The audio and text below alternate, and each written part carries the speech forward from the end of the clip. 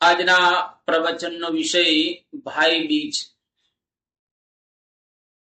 અર્થાત નૂતન વર્ષ પછી કાર્તિક સુદ બીજ એટલે યમ દ્વિતીયા અથવા તો એને ભાઈ બીજ કહેવામાં આવે છે. ભાઈ અને બહેનનો સંબંધ એક દિવ્ય સંબંધ રહેલો છે, જેની વાતો આ ભાઈ બીજ પર્વની અંદર વિશેષ કરીને આપણે એનું વર્ણન કરીશું. સામાન્ય રીતે આપણી ભારતીય સનાતન સંસ્કૃતિની અંદર આ દિવસે ભાઈ પોતાની બહેનને ઘરે જાય છે. આમ તો આપણા પ્રાચીન કાળની અંદર એક સમય એવો હતો કે બહેનને જ્યારે સાસરે વડાવી દીધેલા હોય ત્યાર પછી ભાઈ બહેનના ઘરે આમંત્રણ વિના કોઈ દિવસ જતો ન હતો, અને પોતાની જે દીકરી હોય એ દીકરીના ઘરે પણ આમંત્રણ વિના, નિમંત્રણ વિના કોઈ દિવસ જતા ન હતા. એટલે આ દિવસે બેન પોતાના ભાઈને વિધિવત આમંત્રણ આપે કે ભાઈ તું અમારા ઘરે પધારજે જમવા માટે. તો વર્ષની અંદર એવા બે ઉત્સવો આવે છે કે જેમાં ભાઈ અને બહેનના સંબંધના આ પર્વ રહેલા છે. આ બે અદ્ભુત ઉત્સવ આપણી સનાતન સંસ્કૃતિની અંદર બતાવવામાં આવ્યા છે. એક છે રક્ષાબંધન, જેમાં બહેન પોતાના ભાઈના ઘરે આવે અને પોતાના ભાઈને રક્ષા બાંધે, જેના દ્વારા એના ભાઈની રક્ષા થાય. લક્ષ્મીજી બલિરાજાને રક્ષા બાંધે છે, જેની વાતો શ્રીમદ ભાગવત મહાપુરાણની અંદર ખૂબ સારી રીતે લંબાણપૂર્વક બતાવવામાં આવેલી છે. તો રક્ષાબંધનની દિવસે બેન પોતાના ભાઈના ઘરે પધારે અને ભાઈને રાખડી બાંધી અને ભાઈની સમ્યક પ્રકારે રક્ષા થાય. ભાઈને કોઈ પણ પ્રકારનું કોઈ દિવસ કષ્ટ ન આવે એવી કામના રક્ષા બાંધી અને બેન કરતી હોય છે. આ એક ભાઈ અને બહેનનો ઉત્સવ અથવા તો પર્વ જેને આપણે કહીએ. અને બીજો ભાઈ બીજ, જેમાં ભાઈ પોતાની બહેનના ઘરે જાય. જો સસરે વડાવી દીધેલા હોય તો ત્યાં આગળ જાય, અને સાસરે વડાવેલા ન હોય તો પોતાના ઘરની અંદર બેનને આ પ્રમાણે રક્ષા જે બાંધવાની હોય એ તો રક્ષાબંધનના દિવસે બંધાઈ ગયેલી હોય, પરંતુ આ દિવસે બહેનને ત્યાં ભાઈ જમવા માટે પધારતો હોય છે.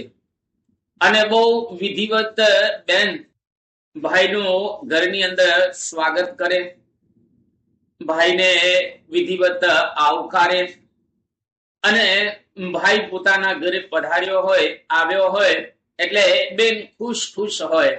એક તો પોતાના સાસરિયાની અંદર ભાઈ આવે એના જેવું બીજું કોઈ સૌભાગ્ય ન હોય, કારણ કે જ્યાં પોતે વર્ષો સુધી રહેલી હોય ત્યાંથી પોતાનો ભાઈ પધારે એટલે બેનને અતિશય આનંદ થાય. અને ભાઈ બીજને દિવસે બેન જુદા જુદા પ્રકારના આ પ્રમાણે પકવાનો બનાવે, જુદા જુદા પ્રકારની આઈટમો બનાવે અને ખૂબ પ્રેમથી ભાવથી આ ભાઈને જમાડે.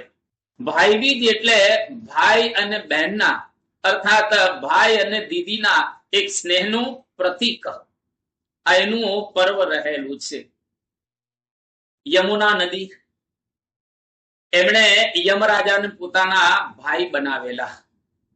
યમ અને આ યમુનાજી બંને ભાઈ અને બહેન હતા, અને એમનો દિવ્ય સંબંધ પુરાણોની અંદર ખૂબ સુંદર રીતે વર્ણવવામાં આવેલો છે.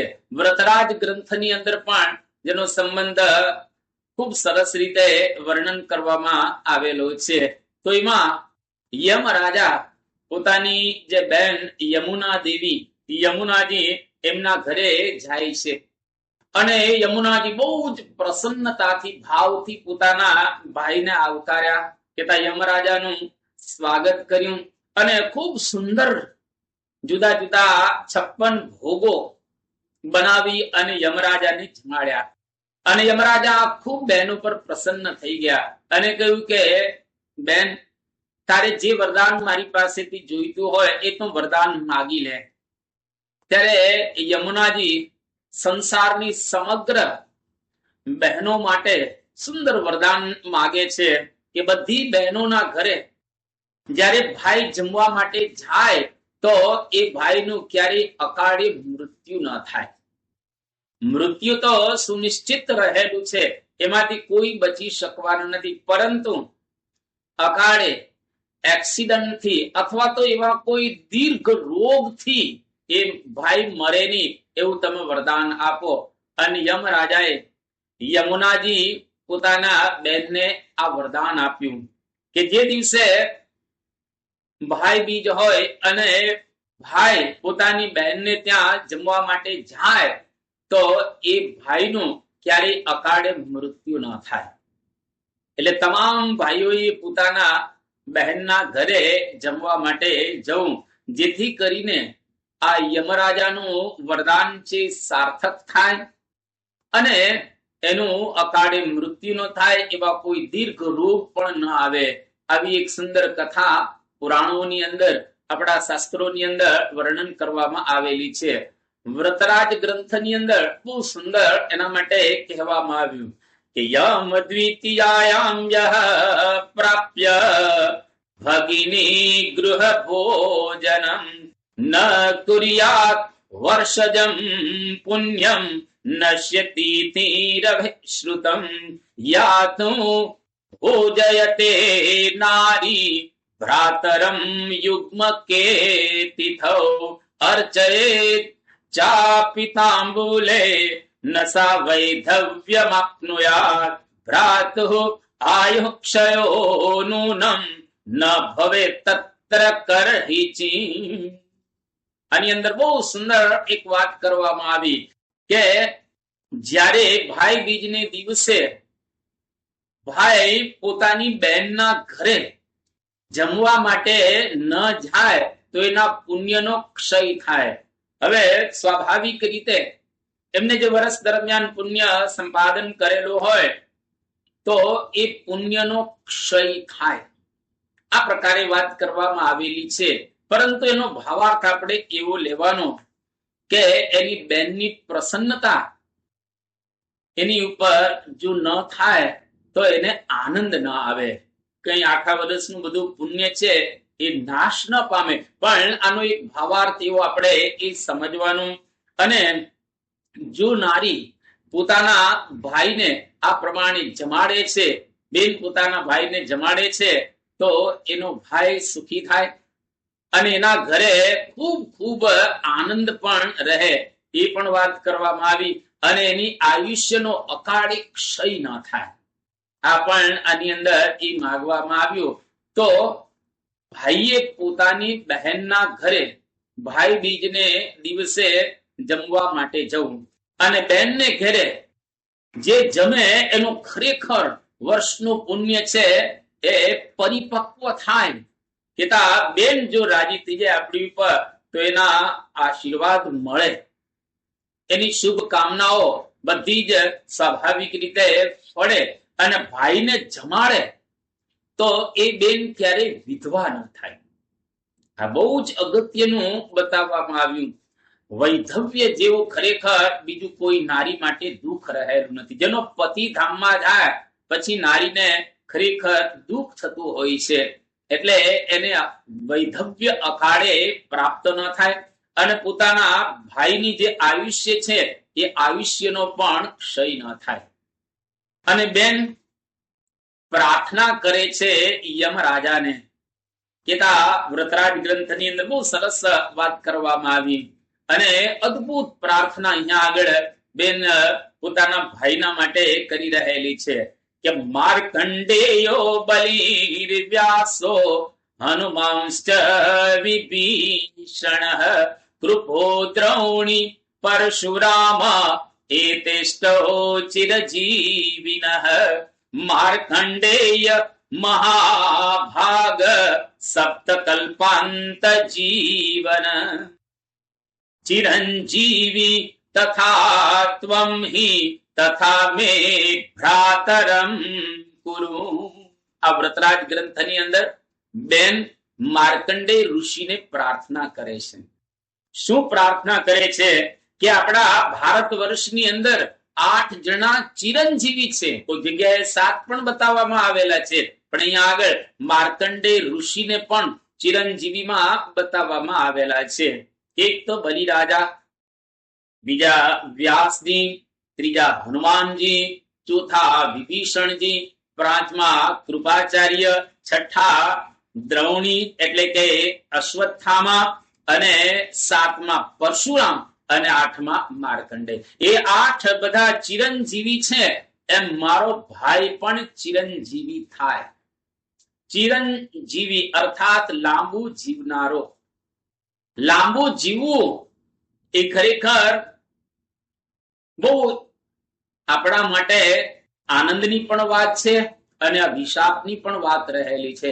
જો સારું જીવન ન હોય તો અભિશાપ ગણાય, અને સારું જીવન હોય તો આશીર્વાદ પણ ગણાતા હોય છે. કાગડો 150 વર્ષ જીવે છે, પરંતુ બલિમ ભૂંગતે, એ તો એવું જ ખાતો હોય છે, અને એ પ્રકારનું જેનું કાંકા કરતો જીવન રહેલું છે. એટલે કેટલું જીવીએ એના કરતા સારું જીવીએ એ ખૂબ અગત્યનું છે. અહીંયા આગળ માર્કંડેય મુનિને બેન એવું કહે છે કે આ બધા ચિરંજીવી છે અને બધા ખૂબ સારી રીતે એમણે કામો કર્યા છે, તો મારો ભાઈ પણ ખૂબ સારું જીવે અને સંસારની અંદર સારા કામ કરે, એના દ્વારા સારી પ્રવૃત્તિ થાય, એવા આશીર્વાદ આપજો. આવું બેન ખરેખર પ્રાર્થનાની અંદર માગે છે. એટલે પોતાના ભાઈની મંગલ કામના, પોતાના ભાઈ માટે સુંદર આ પ્રકારની ભાવના એ બેન રાખે છે.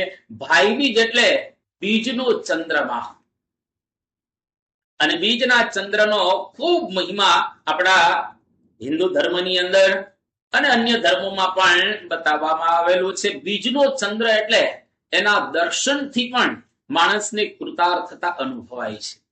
બીજું ઇસ્લામ ધર્મની અંદર પણ બીજના ચંદ્ર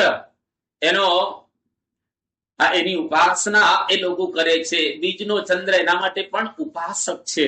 બીજનો ચંદ્ર એમના ધર્મ ધ્વજનું પ્રતીક પણ છે, અને બીજના ચંદ્રના દર્શન કરી અને રોજાના એ લોકો પારણા છોડતા હોય છે. વેપારીઓ પણ બીજના ચંદ્રમાને જોઈ અને તેજી કે મંદીનું અનુમાન કરતા હોય છે. બીજનો ચંદ્ર બાળકોને આનંદ આપે, બીજનો ચંદ્ર યુવાનોને કર્મયોગની પ્રેરણા આપે, અને બીજનો ચંદ્ર વૃદ્ધોને જીવન જીવવાનો એક સંદેશો આપે છે. અને જે શ્રીમંતો હોય એ લોકોને ઔદાર્યનો મહિમા આ બીજનો ચંદ્રમાં બતાવે છે. અને ભાઈ બહેનના ભાવ જીવનને પુષ્ટ કરે છે આ બીજનો ચંદ્રમાં. એટલે બીજનો ચંદ્રમાં ખૂબ ખરેખર અગત્યનો છે. લોકો આજે પણ ગામડાઓની અંદર, આજે પણ એવા કસ્બાઓની અંદર બીજના ચંદ્રમાના દર્શન કરતા હોય છે, જેના દ્વારા પોતાના જીવનની અંદર એક ધન્યતાનો પણ અનુભવ કરે છે. અને યમ દ્વિતીયા જે દિવસે સ્નાન કરવાનો પણ ખૂબ મહિમા રહેલો છે, એમાં પણ યમુનાજીની અંદર કોઈ સ્નાન કરે એનો વિશેષ મહિમા છે. આમ તો માણસ માત્ર દરરોજ સ્નાન કરતા હોય છે, પરંતુ આ યમ દ્વિતીયા એટલે કે ભાઈ બીજને દિવસે સ્નાન કરવાનો પણ ખૂબ મહિમા રહેલો છે. એમાં યમુનાજીની અંદર કોઈ જો સ્નાન કરે તો યમુનાજીએ યમરાજાની પાસે માગી લીધેલું છે કે બીજના દિવસે જે કોઈ મારી અંદર સ્નાન કરે એને કોઈ દિવસ યમલોકની પ્રાપ્તિ ન થાય, અને એ ખૂબ ઉર્ધ્વ ગતિને પ્રાપ્ત કરે. આ પ્રકારનું એને વરદાન પણ માગી લીધેલું છે. તો ભાઈ બીજના દિવસે જે ભાઈ બેનને ત્યાં આ પ્રમાણે જે ભોજન કરે એને ખરેખર ધનની અભિવૃદ્ધિ થાય, યશની અભિવૃદ્ધિ થાય, આયુષ્યની અભિવૃદ્ધિ થાય, ઐશ્વર્યની અભિવૃદ્ધિ થાય, બુદ્ધિની અભિવૃદ્ધિ થાય અને એના ઘરની અંદર અર્થનું ખૂબ આગમન થાય. એટલે કે એ વ્યક્તિ ખૂબ ધનવાન, સમૃદ્ધિવાન પોતે, સમૃદ્ધિમાન પોતે બનતો હોય છે. એટલે ભાઈ બહેનનો સંબંધ બહુ જ દિવ્ય છે, અતિશય દિવ્ય આ સંબંધ રહેલો છે. બહેન પોતાની માતાની ગરજ સારે છે. બેન માતા જેવો પ્રેમ પોતાના ભાઈને આપે છે અને ભાઈ પિતા જેવો પ્રેમ પોતાની બહેનને આપે છે. એટલે ભાઈ બહેનનો સંબંધ એ માતા પિતાની ગરજ સારતો એક પ્રકારનો સંબંધ રહેલો છે. ભાઈ બહેન આપણા ઘરની શોભા ગણે છે. ઘરની અંદર ફક્ત માતા પિતા હોય, એના ઘરે દીકરો કે દીકરી ના હોય તો ઘરની એટલી બધી શોભા નથી જેટલી ભાઈ અને બહેન, પિતા, દીકરો ને દીકરી ઘરમાં હોય એની જબરજસ્ત એક શોભા છે. ભાઈ પોતાના પિતાને રાહત આપે છે અને બેન પોતાની માતાને રાહત આપે છે. ખરેખર પિતા અને માતાને જો કોઈ રાહત આપતું હોય તો ભાઈ અને બહેન. ભાઈ બહેન ઘરના દેવી દેવતા છે. આપણા ઘરની અંદર આ દેવી દેવતાઓની ગરજ સારે છે ભાઈ બહેન. તો આ બંનેને જોઈ અને માતા પિતાને ખરેખર જબરજસ્ત આનંદ થાય છે. માતા પિતાને આ બંનેને જોઈ અને અંતરમાં એક શાંતિનો અહેસાસ પ્રાપ્ત થાય છે. ભાઈ બહેન એ સ્નેહ અથવા પ્રેમના પ્રતીક સમાન રહેલા છે. ભાઈ બહેનને જો ખરેખર ભગવાનનો અને સંતનો સંબંધ થાય તો એના દ્વારા એનું જીવન ખૂબ માંગલ્ય બને છે. આમ તો ભાઈ બહેનનો સંબંધ માંગલિક છે, પરંતુ એમાં આપણે કહીએ સોનાની અંદર સુગંધ પડે. ભગવાન અને સંતનો જો એને સંબંધ થાય ભાઈ અને બહેનને, તો એના દ્વારા એનું જીવન દીપી ઉઠે છે.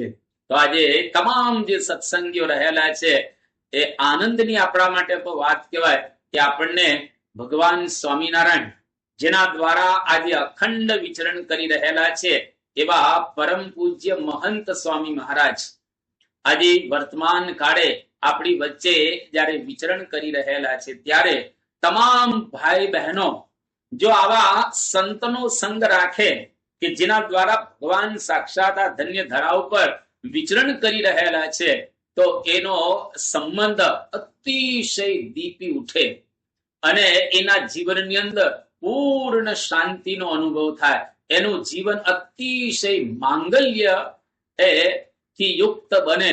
તો ખરેખર ભાઈ અને બહેન એનો આ દિવસે જબરજસ્ત એ મહિમા રહેલો છે. અને એમાં પણ જે ભાઈ બીજના દિવસે તમામ જે ભાઈઓ અને બહેનો એકબીજાને પ્રેમથી હળી મળે અને સુખ દુઃખની વાતો કરે અને આખો દિવસ ભાઈ પોતાની બહેનના ઘરે વ્યતીત કરે અને પછી પોતાની રીતે અન્ય કાર્ય કરતો હોય છે. તો ખરેખર આવા એક દિવ્ય સંબંધે તમામ જે ભાઈઓ રહેલા છે એની બહેનને ઘરે આદરપૂર્વક માનથી જવું અને ત્યાં આગળ એને પૂજન કરવું, તો એ પ્રમાણે એના જીવનની અંદર એને એક આનંદ આવશે. અને જો બેનને ભગવાનનો કે સંતનો સંબંધ ન હોય તો કરાવવો, અને કદાચ ભાઈને જો ભગવાન કે સંતનો સંબંધ ન હોય તો એ પણ સંબંધ કરાવવો. એટલે લૌકિક અને અલૌકિક બે રીતે ભાઈ બહેનના જીવનની અંદર આનંદ પ્રાપ્ત થાય. ભગવાન સ્વામિનારાયણ અને પરમ પૂજ્ય મહંત સ્વામી મહારાજને પ્રાર્થના કરીએ કે આ પ્રકારનો દિવ્ય સંબંધ હંમેશને માટે ભાઈ બહેન ટકાવી શકે અને એમના જીવનની અંદર ખૂબ સુખ, શાંતિ અને સમૃદ્ધિ પ્રાપ્ત કરી શકે. શ્રી સ્વામિનારાયણ ભગવાનની જય. અહીંયા આગળ આપણે 7મા પ્રવચનને પૂર્ણ કરીએ છીએ. હવે આવતીકાલે છેલ્લું પ્રવચન લાભ પાંચમ અથવા તો લાભ પંચમી એની વાતો આપણે સાંભળીશું. શ્રી સ્વામિનારાયણ ભગવાનની. આવા જ વિશિષ્ટ પ્રસંગો સાંભળવા માટે કૃપા કરીને લાઈક કરો, તમારા વિચારો કમેન્ટમાં શેર કરો અને અમારી ચેનલને સબસ્ક્રાઇબ કરવાનું ભૂલશો નહીં.